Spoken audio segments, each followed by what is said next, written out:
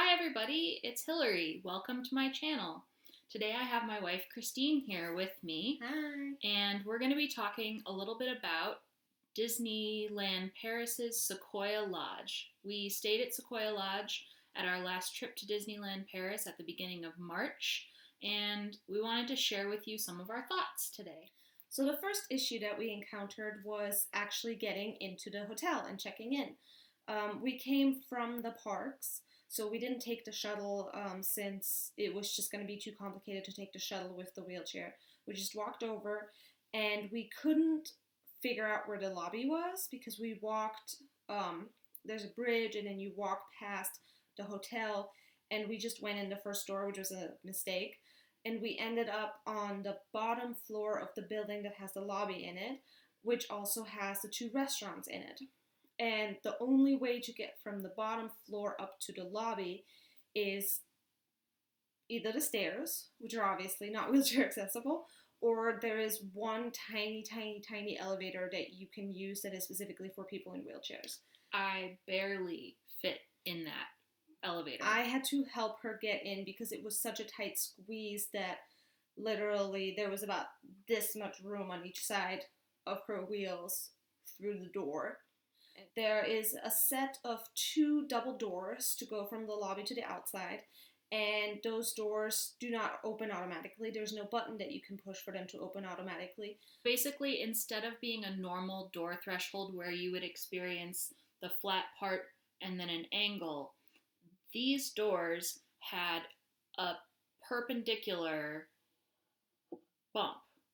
Basically, it was completely straight up, flat, completely straight down. So, partly due to my lack of comfort with my wheelchair setup, partly due to the fact that I was using a joystick with power assist wheels, it was really, really difficult for me to deal with that door threshold because there wasn't a grade to it. The line for check-in going from the lobby almost out the door or even out the door is that in and of itself is an issue. So then we made our way over to the separate building that our hotel room was in, and unfortunately the weather was really, really bad. So there was some ice and snow on some of the paths, which made it a bit of a challenge to navigate with the wheelchair, which obviously weather is not something that Disneyland Paris or anybody can control, but they should try and get that cleared off quickly. That's part of it. It hadn't snowed recently. This was clearly things that had been not taken care of in the days since it had been bad weather. But also, it's something that if you're a wheelchair user, you might want to consider because we were really excited to stay at Sequoia Lodge because it's very similar, we thought, to the Grand Californian in Disneyland proper in Anaheim. But it's much more rustic. Everything is spread really far out. There's lots of paths as if you were like in maybe a national park or something. They're all paved, but it's like a lot of hills and things. Whereas I think that when we passed by other hotels, for example, if we had stayed at the Hotel New York, we wouldn't have had the same issues with weather because it was all flat. So it's just a different setup. So keep that in mind if you're booking your hotel. Think about like what Disney might be trying to evoke with that particular hotel. Okay, so we had more issues with doors when we got to the building where we were staying. The regular doors to the building were heavy glass double doors. Again, there was no handicap button to be able to have them open automatically. It was challenging for Christine to open the door and hold it open and me to get in independently because of the threshold. It wasn't a very wheelchair friendly threshold. So all of the doors that we encountered at Sequoia Lodge were extremely heavy. I know a lot of wheelchair users who are able to handle heavy doors in their particular wheelchair setup, but that also depends on your upper body strength. The way the doors were set up, there was no mechanism to, for example, like have a magnet to hold the door open. There was no mechanism to allow the door to close slowly. When Christine opened doors for me, if she held them open, then she was standing in my path. It was very difficult for her to get out of my way for me to be able to maneuver through the door independently. And the door to the wheelchair accessible room was the same width as all the other doors in that hallway. So, usually in the US, the wheelchair accessible rooms have wider doors. That was not the case. I'm really a fan of the mechanisms that allow the door to close very slowly, and I think that would have solved a lot of our issues. Of course, getting into the buildings, it would be great to have a button that you can push that opens the door electronically, but for the individual rooms, just having the door close much slower is an easy way to make it easier for any person, whatever their wheelchair setup is, to just have more time to get into the room. We had a wheelchair accessible room, and because Disneyland Paris requires each person with a disability to bring a carer, that means that we had two rooms actually, and they were connected with An adjoining door. So the first room was the wheelchair accessible room, and then the second room was just a regular room with two queen size beds. In general, I have to say I was really disappointed with the hotel rooms and the hotel overall. I had much higher expectations, especially since that hotel is one of the higher classes of the hotels. I specifically requested the room to be cleaned well because of allergy issues. And we ended up on the last day when we were checking out, I checked under the beds because I always do that in case you drop something and it falls under the bed. And there was a rotting apple under one of the beds. So they clearly did not even attempt to clean the room well beforehand. There were a number of things that were broken that should have gotten just fixed. Yeah. In general, like general maintenance things. Mm-hmm. The heat in the wheelchair accessible room was not working at all. And we called maintenance. We didn't realize that the heat wasn't working until the night, like after we had been to the parks. So it would have been freezing cold to sleep in that room. It would have been so freezing cold to sleep in that room.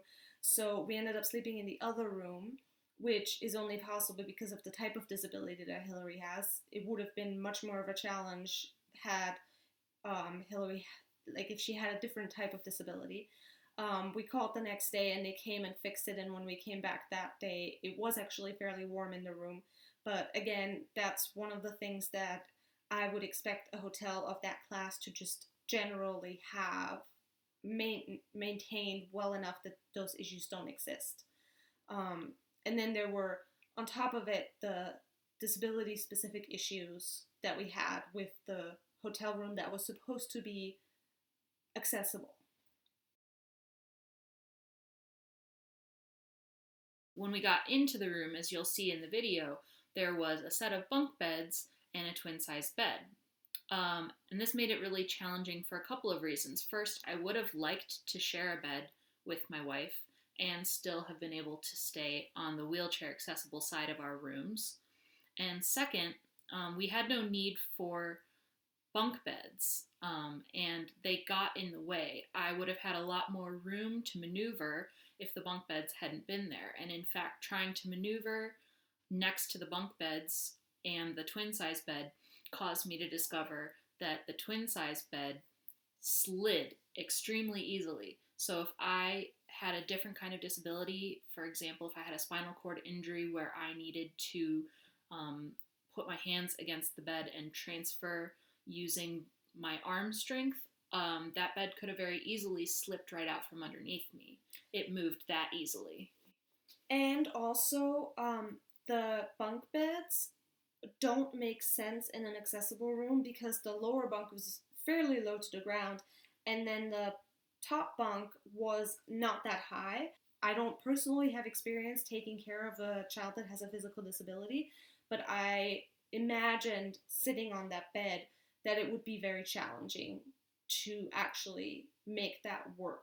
The bunk beds took up way too much room, and then the way the furniture was arranged actually made it challenging because when you walked in, you very quickly came to the like TV console like shelf thing, and that created not that much space to maneuver with the wheelchair either. From other accessible rooms that we've stayed in, normally it's a much wider open space so that you can actually very easily turn around and do all of those things with your wheelchair. In that room, that was not a possibility. The one thing that I can say was really great about that room was the wheelchair accessible bathroom. I have a variable disability, and one day that we were there on that trip, I couldn't go to the bathroom myself. I needed my wife to support me to get out of my chair and onto the toilet, and it was very easy to do that. It was very easy to use. It was a wet room style bathroom, as you'll see. So all of those things were perfectly set up for a wheelchair user, but the rest of the room wasn't. And as an adult with a disability who is in a marriage, I felt very infantilized, like the way that Disneyland Paris saw me. Adults with disabilities couldn't possibly need to share a bed with someone. Why would they? We'll just put a twin size bed and that'll be great. When I called and booked the reservation initially, I told them that I wanted a fridge, and they said, okay, well, if you have medication that needs to be refrigerated, it's not cold enough for that, but we have a fridge at reception that you can use for example, people who have insulin or maybe intravenous medication that needs to be kept cool. However, I have really, really limited dietary needs, and you'll be able to see that in our food video. So I really wanted to have a fridge in the room for my own safe food, so that I could bring safe food into the park and have it be cold overnight.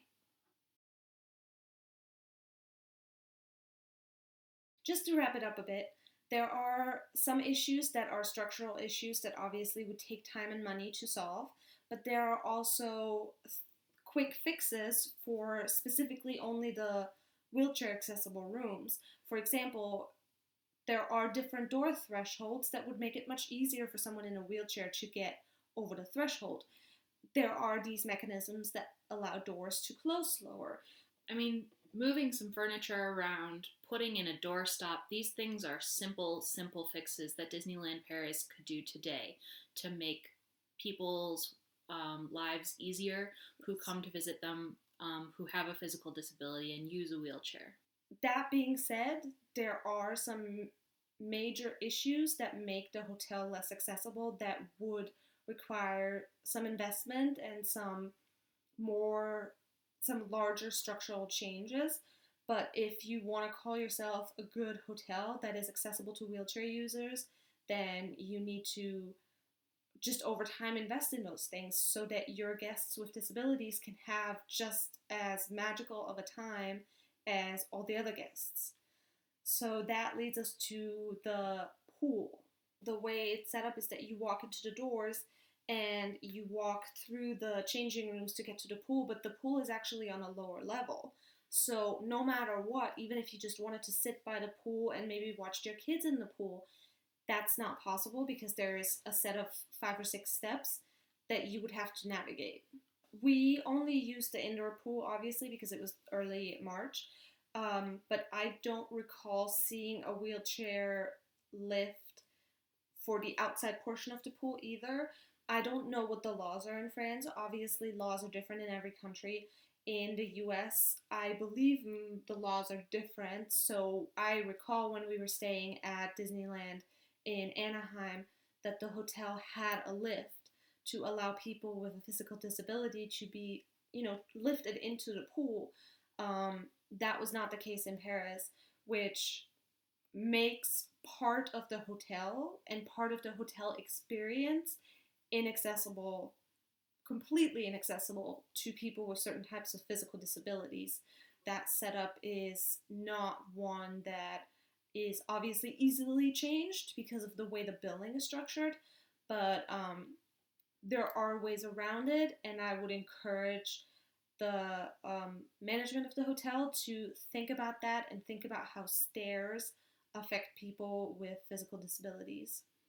The other thing is when you're a wheelchair user or you have a disability, you know you're already paying a little bit of a premium for the fact that you have a disability. And part of the cost of any hotel is all of the amenities that come with it. So if you're paying to be able to use the pool, but you can't use the pool, it's a problem financially. We want to give a shout out to cast member Tanya Ferreira. Great job. She helped us at check-in, and she was really wonderful. She was wonderful in trying to get us into our room a little bit early because the travel had taken a lot of energy out of Hillary, and we wanted to go rest a little bit in the room before we ran into the parks. And she was amazing. She checked about 8 times to see if the room was ready. So shout out to Tanya.